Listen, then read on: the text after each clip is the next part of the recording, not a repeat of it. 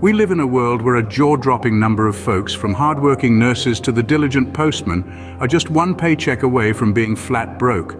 It's like walking a tightrope with no safety net, where one misstep can lead to a free fall into the abyss of financial ruin. And it's not always about not earning enough. Sometimes it's about not knowing how to manage what you earn. So it's not just about the size of your paycheck, but also about the size of your financial literacy. You see, it's no laughing matter when the bank account starts to look like an emergency phone number 999, because in those moments, every penny starts to feel like a lifeline and every expenditure becomes a potential call for help. It's during times like these that the reality begins to sink in. Living on the financial edge, we are mostly just one unexpected expense away from financial ruin. Now, let's get into why this is so. Firstly, let's talk about wages. For many, wages have been stagnant for years, barely keeping up with inflation. You're working hard, but you're not seeing it reflected in your paycheck. It's like running on a treadmill, isn't it? You're moving, but not going anywhere. Then there's the high cost of living. Rent, utilities, groceries, they're all skyrocketing. And thirdly, there's a lack of financial education. We're not taught how to manage money in school. We're not given the tools to budget, to save, to invest. So we're left to figure it out on our own, often through trial and error. And those errors can be costly. But here's the kicker. Even if you're earning a decent wage, even if you're managing to keep your cost of living down, even if you're financially savvy, you're still not immune. All it takes is one unexpected expense, a medical emergency, a car breakdown, a sudden job loss, and you're on the brink of financial ruin. So it's not about how much you earn, but how much you keep. And sometimes not even that. It's about having a financial cushion, a safety net. It's about being prepared for the unexpected. Because, as we all know, life has a funny way of throwing curveballs at us when we least expect it. Next, we will delve deeper into this topic. So stay tuned, because you don't want to miss what's coming up next. Now let's take a moment to address something often overlooked in these discussions: the emotional impact of financial stress. It's not just about dollars and cents, it's about people, about you and me.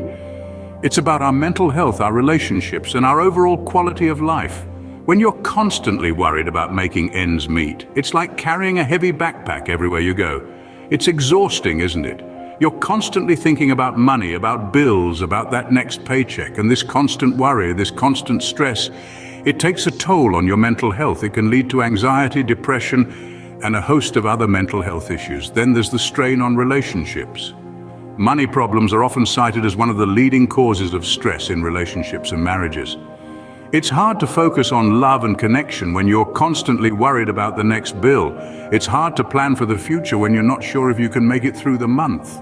And lastly, there's the impact on your overall quality of life. When you're living paycheck to paycheck, every decision becomes about money.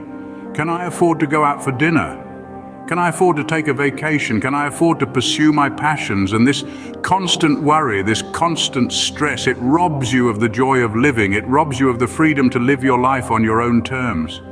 So it's not just about money, it's about your mental health, your relationships, your quality of life. It's about understanding that financial stress isn't just a number on a balance sheet, it's a human issue with human consequences, and it's about time we started treating it as such. So let's continue our journey towards financial literacy and freedom, and let's do it together. After all, we're all in this together, aren't we? Now, you might think that this is a problem exclusive to the working class, but you'd be surprised. I'm here to debunk a common myth. The misconception that only those on low incomes find themselves one paycheck away from being broke. You see, this issue isn't reserved for any particular income bracket. It's a widespread phenomenon that even snags those with seemingly hefty salaries. You might be thinking, surely not. Those high flyers with their shiny cars and luxury vacations, they've got to be safe, right? Well, let's pop that bubble for a second, shall we? Let's begin with the concept of lifestyle inflation. That's when your spending increases alongside your income. Just got a raise? Great.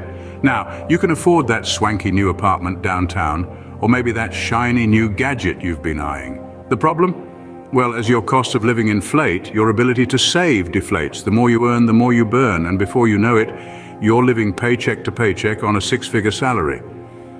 Then there's the culprit of poor financial management.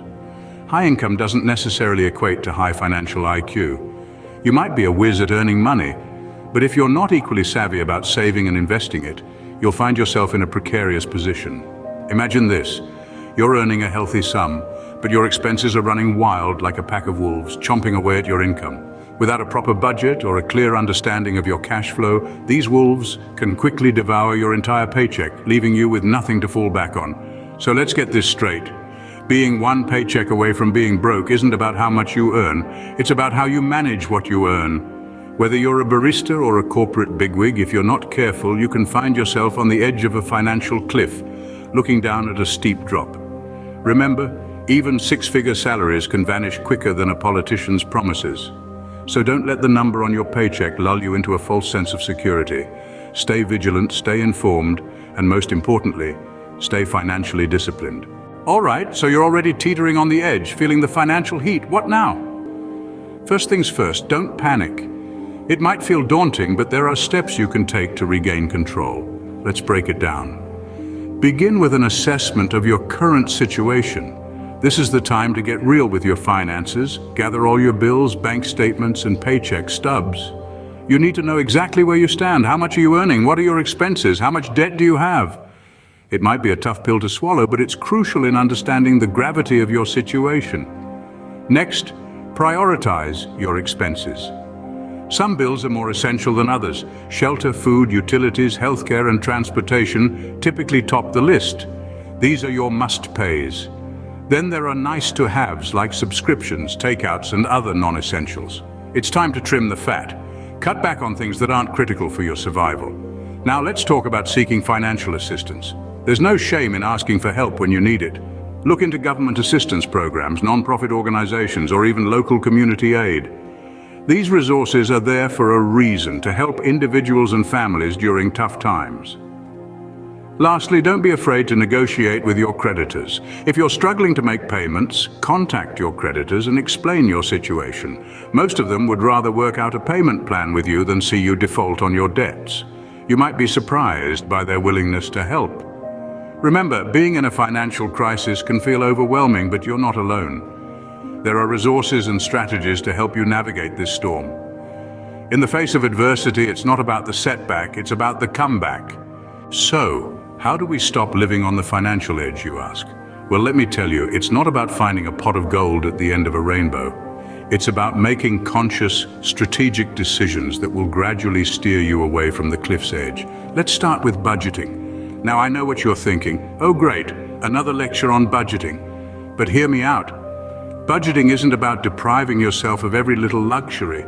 It's about understanding where your money is going and then making informed decisions about what's truly important to you. It's about distinguishing the needs from the wants. And trust me, once you get the hang of it, you'll feel more in control than ever. Next, we have reducing expenses. Now, I'm not suggesting you start living like a hermit, but it's worth examining your spending habits to see if there are areas you could cut back on. Maybe it's that daily latte, or perhaps it's the premium cable package you hardly watch. Little changes can make a big difference over time. All right, moving on to increasing your income. This might sound daunting, especially if you're already working flat out.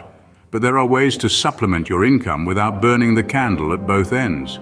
You could consider picking up a side gig, selling unwanted items, or even turning a hobby into a small business. The internet has opened up a world of opportunities to make extra cash, so get creative. And next, let's talk about building an emergency fund.